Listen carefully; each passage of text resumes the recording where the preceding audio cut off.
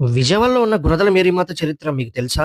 1923లో Italy నుండి వచ్చిన Catholic machinery మాన్సిగ్నోర్ hues పెజోని గుణదలలో సుమారు 25 ఎకరాల భూమిని కొనుగోలు చేశారు. ఆ స్థలంలో గుణదల కొండ కూడా ఉండేది. అక్కడే ఒక మిషన్ ని ప్రారంభించి 1924లో సెయింట్ జోసెఫ్స్ అనాథాశ్రమం నిర్మించారు. తర్వాత 1925లో గుణదల కొండ మధ్యలో ఉన్న ఒక నేచురల్ గుహలో అవర్ లేడీ ఆఫ్ లార్డ్స్ అంటే మన తెలుగులో లూర్దు మాత అంటే మేరీమాత విగ్రహాన్ని ప్రతిష్ఠించారు. అప్పటి నుండి గుణదల ఒక పవిత్ర యాత్ర స్థలంగా ప్రసిద్ధి పొందింది.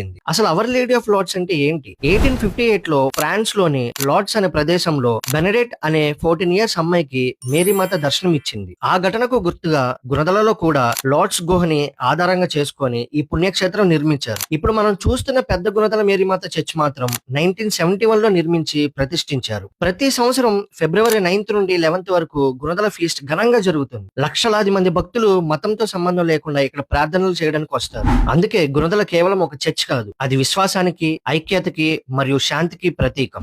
మరెన్నో విజయవాడ కబుర్ల కోసం ఫాలో చేయండి విజయవాడ వైన్స్.